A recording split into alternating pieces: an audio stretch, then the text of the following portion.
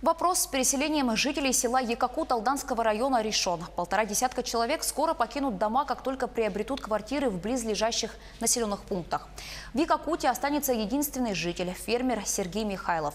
Как будет жить и развиваться сельскохозяйственное подворье без села, узнавала Татьяна Вахнина. Якакут является собой пример села, в коем занятие сельскохозяйственной деятельностью в промышленных масштабах невозможно. 30 лет назад здесь действовали совхоз и животноводческая ферма. Туберкулезная больница, переведенная в село в начале нулевых, сузила рамки возможностей. Выход с продуктами на рынке невозможен. Животные подвержены инфицированию. Теоретически мясо и молоко могут содержать бактерии, вызывающие туберкулез. В промышленных масштабах, да, потому что у них есть определенные правила по больнице и по сельскому хозяйству. Сегодня в Якакуте животноводством занимаются 2 семьи. Для себя. Сергей Михайлов продолжает дело, которое его родители начинали еще в 90-х годах.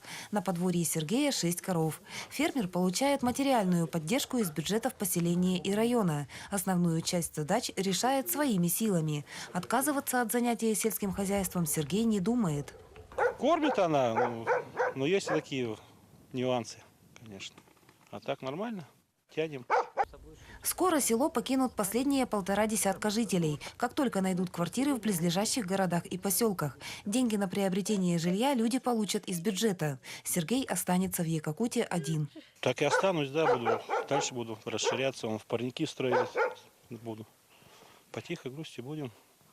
Когда последний житель покинет Якакут, село не будет снабжаться электроэнергией. Окажется закрытым вопрос и с ремонтом и поддержанием давно прогнившего моста. Расчистка дороги также станет проблемой Сергея. Если действительно поселок закроют, это ограничит и дороги не будет, и электроосвещение, и на себя брать такую большую задачу будет нелегко.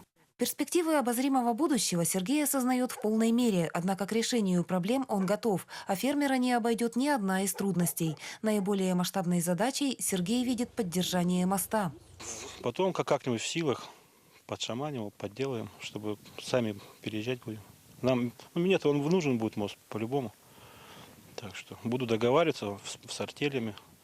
Скоро Якакут опустеет. Люди уедут, решится вопрос и с переводом туббольницы в город. Впрочем, село как административная единица продолжит существовать. Прописанными здесь останутся порядка 100 человек. Они получат квартиры в рамках 3-го этапа переселения с 2025 по 2030 годы.